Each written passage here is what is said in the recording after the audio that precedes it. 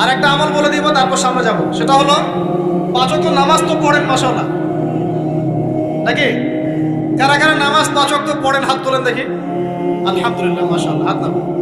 আর যারা নামাজ পড়েন না তাদেরকে আমি একটা হাদিস শোনাবো, একটা হাদিস শুনবেন। নবী সাল্লাল্লাহু আলাইহি ওয়াসাল্লাম বলেছেন, قال النبي صلى الله عليه وسلم بين العبد وبين الكفر والشرك ترك الصلاة। আল্লাহ পাকের বান্দা আর একজন কাফের মুশরিকের মধ্যে পার্থক্যই হচ্ছে নামাজ। আল্লাহ পাকের বান্দা মানে মুমিন মুসলিম এবং একজন কাফের মুশরিকের মধ্যে পার্থক্য কি? মান তারাকা সালাতান মুতাআম্মিদান ফাকাদ বারিয়াত মিন যিম্মাতিল্লাহ।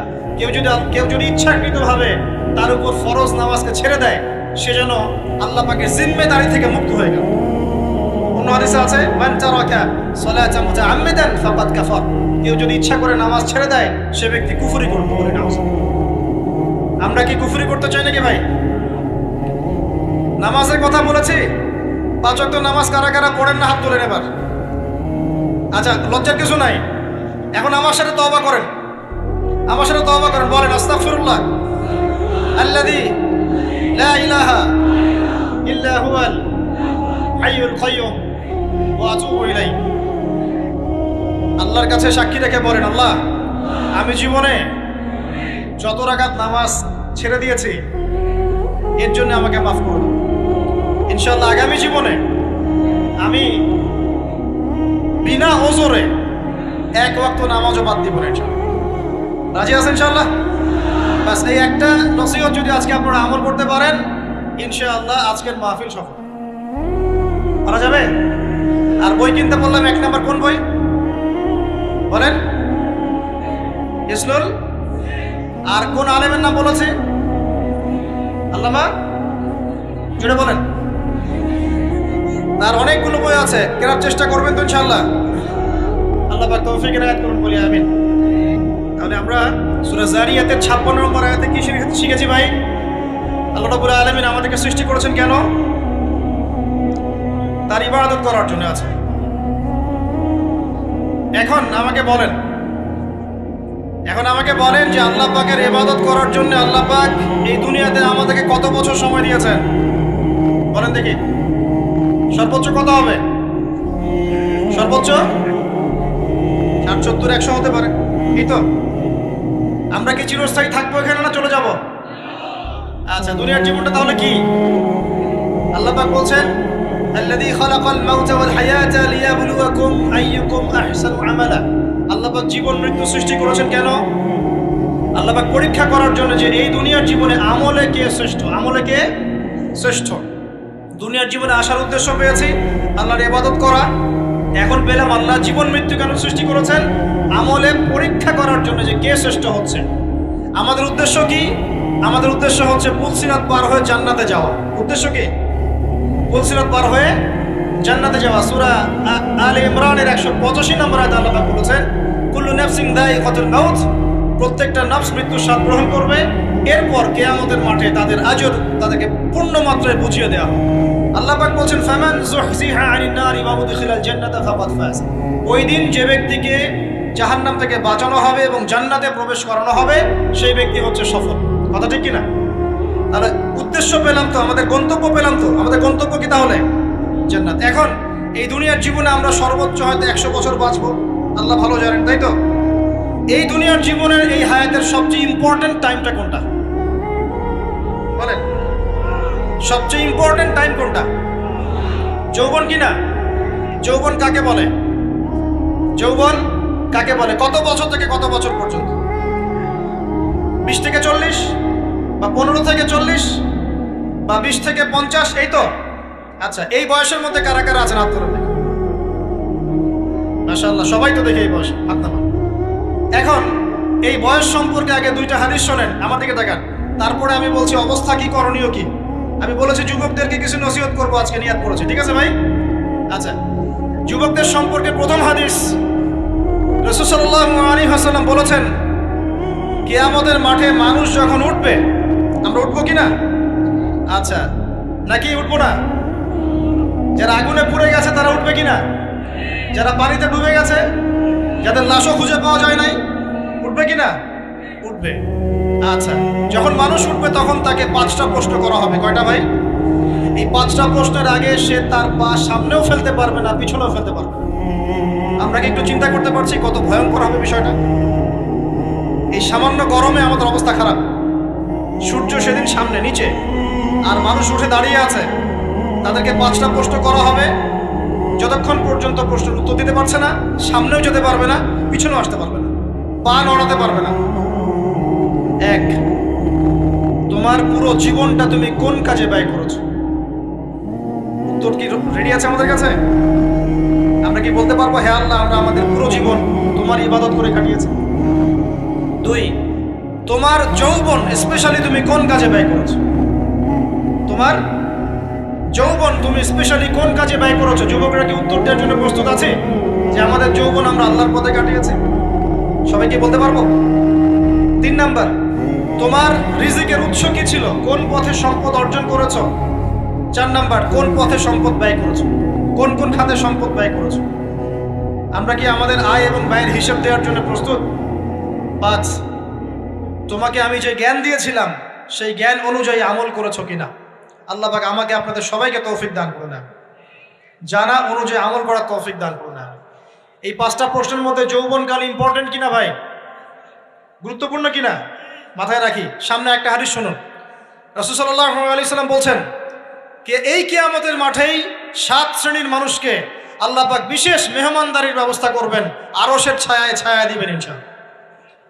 কোথায় ছায়া দিবেন? ওই দিন এই ছায়া ছাড়া অন্য কোনো ছায়া থাকবে না।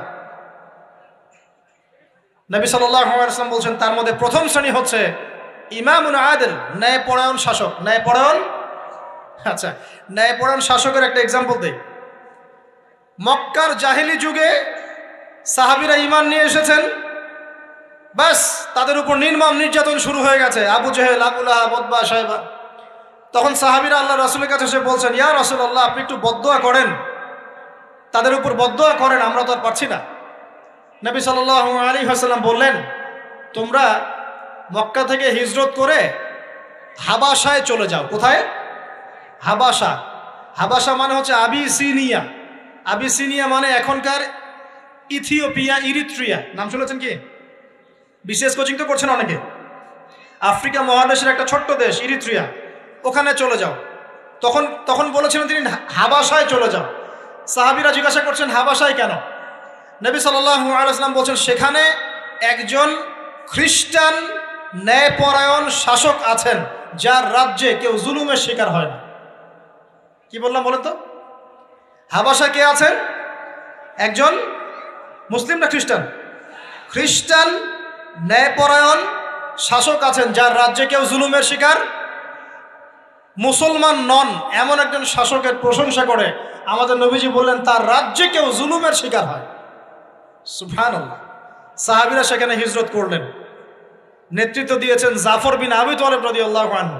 সেই সাহাবী বাদশাহ নাজাশী, তার নাম ছিল বাদশাহ নাজাশী, তার সামনে দাঁড়িয়ে সূরা মারিয়াম তেলাওয়াত করেছিলেন। ওই সূরা মারিয়ামে ইয়াহইয়া, জাকারিয়া, ঈসা, তার মা, এই গল্প ঘটনাগুলো আছে। এই সূরার তেলাওয়াত শুনে বাদশাহ নাজাশীর চোখ দিয়ে পানি পড়তে পড়তে দাড়ি ভিজে গিয়েছে। সুবহানাল্লাহ। শেষে তিনি ঈমান নিয়ে আসেন, মুসলমান হন, আলহামদুলিল্লাহ। আমাদের নবীজি তার জানাজার নামাজ পড়েছিলেন, আমাদের নবীজি তার গায়েবানা জানাজার নামাজও পড়েছেন, বলেন সুবহানাল্লাহ। এখানে একটা পয়েন্ট খালি বলতে চাই, একজন অমুসলিম শাসক সম্পর্কে আমাদের নবীজি মন্তব্য করেছিলেন তার রাজ্যে কেউ জুলুমের শিকার হয় না। আর আজকের দিনে সারা বিশ্বের কোনো কোনো ক্ষেত্রে মুসলিম শাসকদের ব্যাপারেও এই কথা বলা যায় না যে তার রাজ্যে কেউ জুলুমের শিকার হয়। আল্লাহ পাক বলছেন আরশের ছায়া আমি ছায়া দিব 7 শ্রেণীর মানুষকে। কয় শ্রেণী? তার মধ্যে প্রথম শ্রেণী হচ্ছে ইমামুন আদিল, ন্যায়পরায়ণ শাসক। আল্লাহ পাক আমাদের সমস্ত শাসকদেরকে ন্যায়পরায়ণ হওয়ার তৌফিক দান করুন। 2 নাম্বার, সেই যুবককে আমি সেখানে আশ্রয় দিব যেই যুবক তার যৌবনকালটা আল্লাহর পথে কাটিয়ে দিয়েছে। এবার কি হাদিসটা আপনি পেয়েছেন? এর আগের হাদিস কি শুনলেন? পা নড়াতে পারবেন না যতক্ষণ পর্যন্ত এই প্রশ্নের উত্তর না দিচ্ছেন যৌবনকাল কোন পথে ব্যয় করেছেন। এখন যদি আল্লাহর পথে ব্যয় করেন তাহলে আরশের ছায়া ছায়া পাচ্ছেন, আলহামদুলিল্লাহ। বাকিগুলো কারা কারা একটু বলে দেই। 3 নাম্বার হচ্ছে সেই ব্যক্তি যে একজন আরেকজনকে মহব্বত করে, এক ব্যক্তি আরেক ব্যক্তিকে মহব্বত করে শুধুমাত্র আল্লাহর সন্তুষ্টির জন্য। কথা কি বুঝতে পারছেন? এই মহব্বত আবার এই ছেলে মেয়ের ফ্রি মিক্সিং না। কথা বুঝতে পারেনি? দিনের খাতিরে মহব্বত, আল্লাহর জন্য মহব্বত, আল্লাহর জন্য। এখানে 4 নম্বর এমন ব্যক্তি যে এত গোপনে দান করে যে তার বাম হাত জানে না ডান হাত কি দান করেছে। আমরা তো এখন 1 টাকা দান করলে 100 টাকা ফুটাই। ফেসবুক আছে, মারাত্মক একটা জিনিস ফেসবুক, মানে এটা মানুষকে আর মানুষ রাখে নাই। যে ব্যক্তি ফেসবুকে আসক্ত তার সাথে কথাবার্তা বলা, লেনদেন, চলাফেরা খুব ডিফিকাল্ট। মানে কি বোঝেন আগে কথাটা? কেন ডিফিকাল্ট? কারণ সে এত বেশি আসক্ত এখানে যে পান থেকে চুন খসলে সে আপনাকে পাবলিকলি ধুয়ে রেখে দিবে। কিছু হইলে আপনাকে ফেসবুকে টেনে নিয়ে আসবে, ফেসবুকে সবাইকে বলবে উনি আমার সাথে এই কাজ করছে। আপনি বলারও টাইম পাবেন না যে আপনি নির্দোষ। তো খুব মুশকিল না এগুলা? আল্লাহ মাফ করুক আমাদেরকে। এমনভাবে দান করে যে বাম হাত জানে না ডান হাত কি দান করছে। 5 নম্বর এমন ব্যক্তি যে এইটা যুবক, এটাও যুবক, যাকে কোনো সুন্দরী নারী আহ্বান করছে জিনার জন্যে, সুন্দরী উচ্চ বংশের নারী, যে আসো আমার সাথে জেনা করো। ওই যে ইউসুফ আলাইহিস সালামের মতো, মনে আছে? ইউসুফ আলাইহিস সালামের ঘটনা মনে আছে? আচ্ছা, কিন্তু সেই যুবক বলে, সেই ব্যক্তি বলে, ইন্নী আখাফুল্লাহ, আমি আল্লাহকে ভয় করি, আমি তোমার সাথে খারাপ কাজ করতে পারবো। এরকম ছেলে এবং এরকম মেয়ে এখন সমাজে খুঁজে পাওয়া যায়? হাতে গোনা, হাতে গোনা। আপনি অনলাইন ঘাটাঘাটি করেন, গুগল করেন, ক্রস চেক করেন, দেখবেন বাংলাদেশের 25 বছরের কম বয়সী ছেলে আর মেয়েদের জেনার হার কত আপনি বের করে দেন। 25 বছরের কম যে যুব সমাজ আমাদের সামনে আছে, তাদের মধ্যে কত % যুবক এখন পর্যন্ত ফিজিক্যাল সম্পর্ক করেনি কারোর সাথে, আপনি খুঁজে বের করতে পারেন। শুধু ছেলেদের ক্ষেত্রে এটা নয়, মেয়েদের ক্ষেত্রেও আছে। এই যে অনার্স লাইফ পার করার আগেই বহু মেয়ে সতীত্ব নষ্ট করে ফেলছে, বহু ছেলে সতীত্ব নষ্ট করে ফেলছে। কথাগুলো কি রাগ করছেন? আমি আপনাদের ভাই এবং আমি আপনাদেরকে মহব্বত করি। আমরা জেনার পথে যাব না, আমরা হালাল সম্পর্কে থাকবো ইনশাআল্লাহ। যখন আপনি জেনায় চলে যাবেন, আপনার কলব থেকে আল্লাহর নূর নষ্ট হয়ে যাবে। এটা এমন একটা পাপ যেটা করার পর মানুষ আল্লাহর সামনে মাথা তুলে দাঁড়াতে পারে না, লজ্জায় চোখ নেমে যায়, ইবাদতে স্বাদ পায় না। যখন হারাম সম্পর্কে, ফ্রি মিক্সিং, এগুলোতে মানুষ থাকে, ইবাদতে মানুষ স্বাদ পায় না। দিনের পর দিন ইবাদত করে মনোযোগ আসে না, মন লাগে না, চোখ দিয়ে একটু পানি বের হয় না, আল্লাহর জন্য কাঁদতে পারে না, কারণ মনের মধ্যে তো নূর নাই। আর যখন একটা মেয়ে বেপরদায় থাকে, অনেক ইবাদত করলেও তার এই বেপরদায় থাকার কারণে সমাজের বহু মানুষের চোখের জেনা হয়ে যায়। এতে করে ওই সব মানুষের পাপের ফল এই মেয়েটাকে ভোগ করতে হয়, এবং মানুষের চোখের বদনজর লাগে, ওই মেয়ে অসুস্থ হয়ে পড়ে মানসিকভাবে, শারীরিকভাবে। আমি আমাদের যুবক ভাই এবং যুবক বোনদেরকে রিকোয়েস্ট করব, আল্লাহর ওয়াস্তে চরিত্রটাকে পবিত্র রাখার চেষ্টা করুন। আল্লাহ পাক তৌফিক দান করুন। এই যুবককে আল্লাহ পাক আরশের ছায়া দিবেন, যে একটা মেয়েকে পেয়েও আল্লাহর ভয় তাকে ভোগ করে নাই। আল্লাহ পাক এরকম যুবক ঘরে ঘরে তৈরি করুন। তাহলে কি করবেন ভাই? হালাল উপার্জনের ব্যবস্থা করবেন, ব্যাস সরাসরি বিয়ে করে ফেলবেন। পরিবারকে বোঝানোর চেষ্টা করবেন, না বুঝলে আন্দোলন শুরু করবেন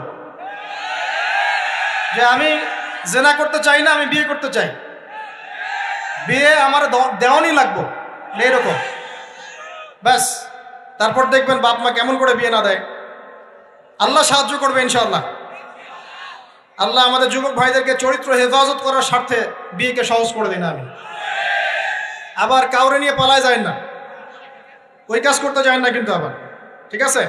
কারণ এভাবে কোর্টে গিয়েও যদি একটা মেয়ে বিয়ে করে, এই বিয়ের জায়েজ না জায়েজ নিয়ে অনেক কথা আছে। অতএব এইসব ঝুঁকির মধ্যে যাবেন না, বাসায় বোঝানোর চেষ্টা করবেন। আর এক শ্রেণীর ব্যক্তি আছে যাদেরকে আল্লাহ পাক আরশের ছায়া দিবেন। তারা কারা? যারা গোপনে আল্লাহকে স্মরণ করে কাঁদতে পারে। বলি সুবহানাল্লাহ। এখন এই দুটো হাদিসের মধ্যে যুবকদের অবস্থান কি পেয়েছেন? আচ্ছা, আরেকটা শোনাই এবার। নবী সাল্লাল্লাহু আলাইহি ওয়াসাল্লাম বলেছেন, 5টা জিনিস আসার আগেই 5টা বিষয়কে মূল্যায়ন করো। 1, তোমার বার্ধক্য আসার আগেই তোমার যৌবনকে মূল্যায়ন করো। যৌবনের গুরুত্ব পেলেন তো এবার? তোমার মৌত আসার আগেই তোমার জীবনকে মূল্যায়ন করো। অসচ্ছলতা আসার আগেই সচ্ছলতাকে মূল্যায়ন করো। অসুস্থতা আসার আগেই সুস্থতাকে মূল্যায়ন করো। এবং এই যে কথাটা বললাম যে তোমার বার্ধক্য আসার আগেই যৌবনকালটাকে মূল্যায়ন করো। এই হাদিসগুলোর মধ্যে আমরা সংক্ষিপ্ত পরিসরে যৌবনকালের গুরুত্ব পাচ্ছি কিনা ভাই?